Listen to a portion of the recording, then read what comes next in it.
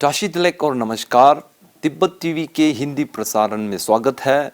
Tibet TV के साप्ताहिक हिंदी समाचार में हम दर्शकों को परम पावन दलाई लामा, वर्तमान तिब्बत की परिस्थिति, निर्वासन में तिब्बत तथा तिब्बत मुक्ति साधना के संदर्भ में वैश्विक कार्यक्रमों की जानकारी उपलब्ध कराते हैं। आपके साथ मैं हूं तेंजिन पेलजोर। देखिए इस सप्ताह की प्रमुख खबर। परम पावन दलाई लामा जी ने मंगोलियाई युवा वर्ग के अनुरोध पर बौद्ध धर्म और विज्ञान विषय पर संबोधन।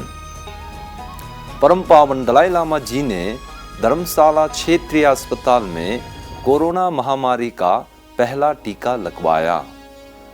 तिब्बतियों तथा तिब्बत समर्थकों द्वारा तिब्बती राष्ट्रीय जनक्रांति दिवस की 62वें वर्षगांठ पर शांतिपूर्ण प्रदर्शन। सीक्योंग डॉक्टर लोब्सांग संघे द्वारा धर्मशाला राज्य युद्ध स्मारक में विकास चिल्ड्रन पार्क का उद्घाटन।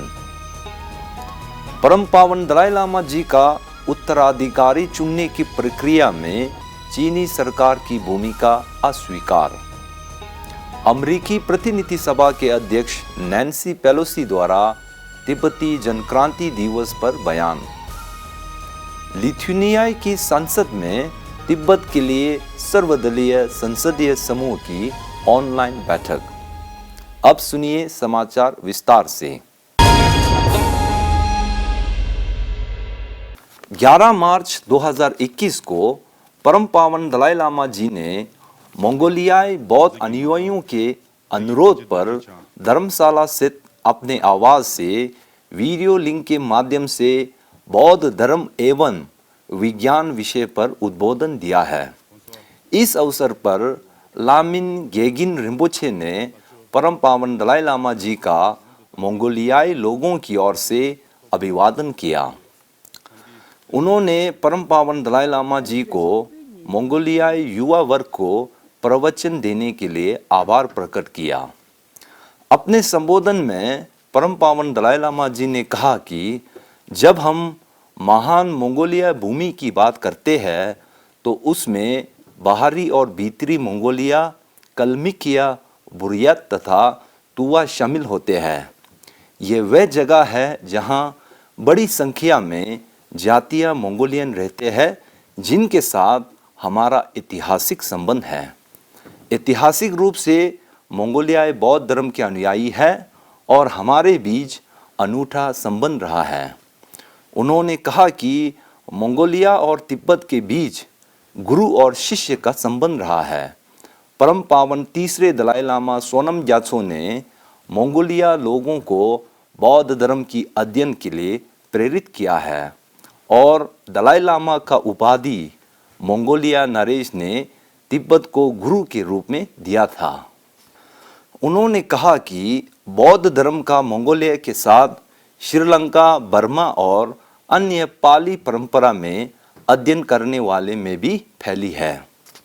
इसी 6 मार्च 2021 को परम पावन दलाई लामा जी ने हिमाचल प्रदेश के धर्मशाला स्थित क्षेत्रीय अस्पताल में कोरोना वैक्सीन का पहला टीका लगवाया।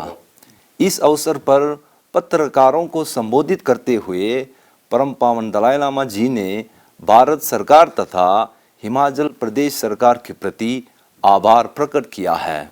साथ ही उन्होंने आम जनता से अपील की कि कोरोना वैक्सीन सेफ और सुरक्षित है। इस बीमारी से लड़ने के लिए हर व्यक्ति को इस टीका अभियान में हिस्सा लेने की आवश्यकता है। In order to prevent some serious problem, this injection is very helpful. Very good. So those other patient also should take this injection for greater benefit. So that's very important.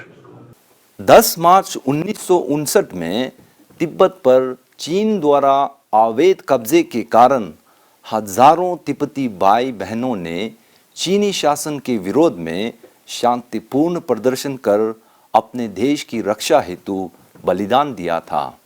इसकी याद में 10 मार्च 2021 को केंद्रीय तिब्बती प्रशासन ने कोरोना संबंधी दिशा निर्देशों का पालन करते हुए तिब्बती राष्ट्रीय जनक्रांति दिवस के 62वें वर्षगांठ पर एक आधिकारिक कार्यक्रम का आयोजन किया गया।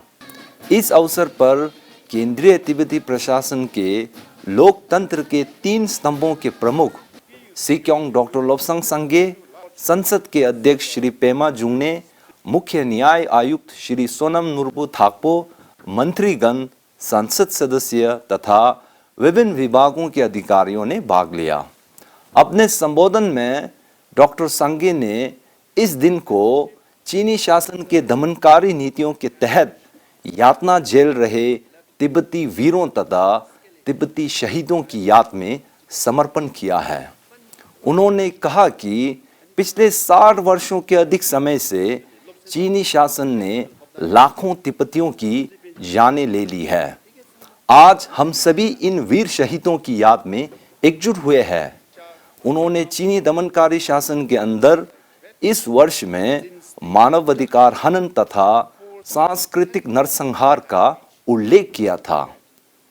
इस अवसर पर निर्वासित तिब्बती संसद के अध्यक्ष श्री पेमा जुंगने ने तिब्बती संसद का बयान पढ़कर सुनाया।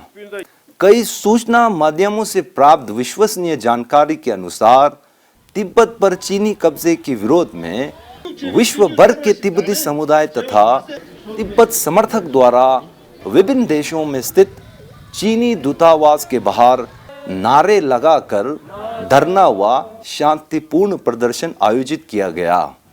कई देशों ने तो तिब्बती राष्ट्रीय जनक्रांति दिवस पर अपने देश के संसदीय एवं सरकारी इमारतों पर तिब्बती झंडा फहराया।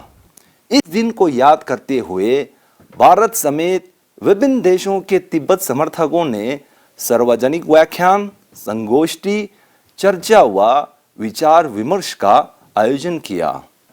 इस दौरान कई वक्ताओं ने ये संकल्प लिया कि जब तक तिब्बत में चीनी दमन और अत्याचार समाप्त नहीं होता, तब तक वह तिब्बती आंदोलन को समर्थन देते रहेंगे। इसके अतिरिक्त तिब्बती लेखक एवं कार्यकर्ता तेंजिन चिंड्यू ने धर्मशाला से दिल्ली तक 500 किलोमीटर का तिब्बत मुद्दे को भारतीय जनमानस में जागरूकता बढ़ाने के लिए शांतिपूर्ण पद यात्रा दिल्ली में समापन किया था। पद यात्रा के समापन पर उन्होंने प्रधानमंत्री कार्यालय में एक चीन की नीति में बदलाव लाने के लिए हस्ताक्षर अभियान का याचिका प्रस्तुत किया था। इसी प्रकार Bharat, Taiwan, America, France, New Zealand, London, Australia, Canada, Switzerland, Belgium तथा अन्य कई देशों में तिब्बती राष्ट्रीय जनक्रांति दिवस के 62वें वर्षगांठ के दौरान सांसदों, गणमान्य व्यक्तियों एवं संगठनों ने तिब्बत तथा तिब्बती लोगों के प्रति समर्थन एवं एकजुटता दिखाने के लिए कार्यक्रम में भाग लिया। आपको याद है कि चीनी अधिकारियों ने 10 मार्च तिब्बती जनक्रांति दिवस के आयोजन को विफल करने के लिए तिब्बत के अंदर कड़ी सुरक्षा एवं प्रतिबंध लगा दिया है। केंद्रीय तिब्बती प्रशासन के वित्त मंत्रालय ने परम पावन दलाई लामा जी के 85वें जन्म दिवस के उपलक्ष्य में उनके प्रति कृतज्ञता वर्ष के रूप में हिमाचल प्रदेश के धर्मशाला राज्य युद्ध स्मारक पर विकास चिल्ड्रन पार्क का निर्माण किया है। इस विकास चिल्ड्रन पार्क का 11 मार्च 2021 को सिक्योंग डॉक्टर लोब्संग संगे सहित वित्त मंत्री कर्मा यिशे एवं समिति के सदस्यों द्वारा उद्घाटन किया गया। इस अवसर पर धर्मशाला राज्य युद्ध स्मारक के अध्यक्ष कर्नल के दरवाल ने केंद्रीय तिब्बती प्रशासन के वित्त मंत्रालय द्वारा शहीद स्मारक में नए निर्माण में आर्थिक सहयोग एवं सुविधाएं प्रदान करने के लिए आभार प्रकट किया। पत्रकारों को संबोधित करते हुए वित्त मंत्री कर्मायशी ने कहा कि इस पार्क का निर्माण परम पावन दलाई लामा जी के प्रति कृतज्ञता प्रकट करने के लिए किया गया है। सूचना माध्यमों से प्राप्त जानकारी के अनुसार अमेरिका के राष्ट्रपति जो बाइडेन ने कार्यकाल के शुरुआत में ही ये साफ कर दिया है कि उनका प्रशासन चीन को लेकर किसी भी तरह से नरमी नहीं बरतेगा। अब बाइडेन प्रशासन ने कहा है कि चीनी सरकार की तिब्बती आध्यात्मिक गुरु दलाई लामा का उत्तराधिकारी चुनने की प्रक्रिया में कोई भूमिका नहीं होनी चाहिए। अमेरिका के इस रुख से यह साफ हो गया है कि वह तिब्बत को लेकर चीन की जिनपिंग सरकार को मनमानी नहीं करने देगा।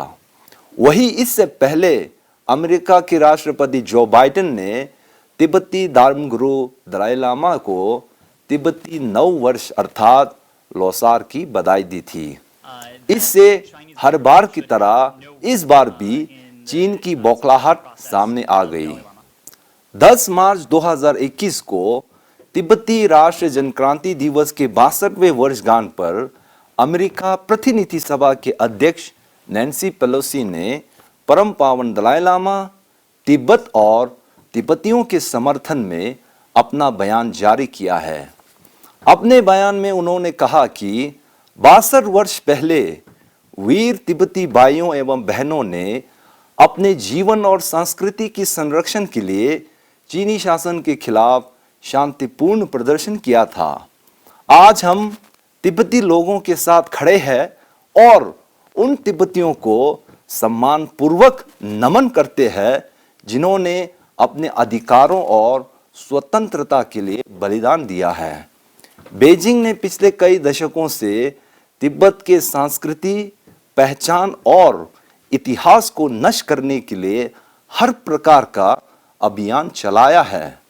उन्होंने कहा कि परम पावन दलाई लामा जी सदैव हमें प्रेरणा देते रहते हैं, साथ ही उनका शांति और प्रेम का संदेश हमें हर दिन कुछ अच्छे कार्य करने को प्रेरित करता है। गत 7 मार्च 2021 को लिथुनिया की संसद में तिब्बत के लिए सर्वदलीय संसदीय समूह की बैठक सांसद डॉक्टर एंड्रियस निविकेस तथा सांसद लाइमा एंट्रिकेन की अध्यक्षता में आयोजित की गई। इस बैठक में वर्तमान तिब्बत की परिस्थिति, तिब्बती आम चुनाव तथा अन्य तिब्बत मामले विषय पर चर्चा की गई। इसमें लिथुनिया संसद के विभिन्न राजनीतिक दलों के सदस्यों, तिब्बत कार्यालय के प्रतिनिधि सोनम छिरिंग तथा अधिकारी छिरिंग सोमो ने भाग लिया। अपने संबोधन में प्रतिनिधि सोनम ने संसदीय समूह तथा तिब्बत समर्थकों को तिब्बत मामले हेतु समर्थन तथा एकजुटता प्रदान करने के लिए आभार प्रकट किया। उन्होंने ग्लासगो में आयोजित होने वाले COP26 के दौरान तिब्बत की जलवायु परिवर्तन तथा उसका प्रभाव के बारे में जागरूकता पैदा करने के लिए अपील की। इस अवसर पर छिरिंग सोमो ने तिब्बत में बिगड़ती मानवाधिकारों की स्थिति, धार्मिक आज़ादी पर प्रतिबंध तथा तिब्बतियों को जबरन श्रम प्रशिक्षण में डालने के बारे में सदस्यों को अवगत कराया। इसी प्रकार यूरोपीय संसद में तिब्बत इंटरेस्ट ग्रुप के अध्यक्ष सांसद मिकोलस पेक्सा ने यूरोपीय दृष्टिकोण से नवीनतम घटनाओं विषय पर चर्चा करने के लिए ऑनलाइन बैठक का आयोजन किया था। इस चर्चा के मुख्य वक्ताओं में सांसद मैरियम लैक्समैन, सांसद फ्रांसिस्को गिरेरो, सांसद सैम्यूल कोकलाटी तथा बेल्जियम तिब्बत कार्यालय के प्रतिनिधि श्री टाशी फुनसोक शामिल थे। श्री फुनसोक ने अपने वक्तव्य में अमेरिका के नवनिर्मित तिब्बत नीति और समर्थन अधिनियम के बारे में जानकारी देते हुए कहा कि तिब्बत इंटरेस्ट ग्रुप, यूरोपीय संसद तथा अन्य सरकारों को तिब्बत के प्रश्न को लेकर और अधिक गंभीरतापूर्वक कार्य करनी चाहिए। इसी के साथ आज की खबर यही समाप्त होती है। अगले हफ्ते हम फिर मिलेंगे। मुझे दीजिए आज्ञा। नमस्कार।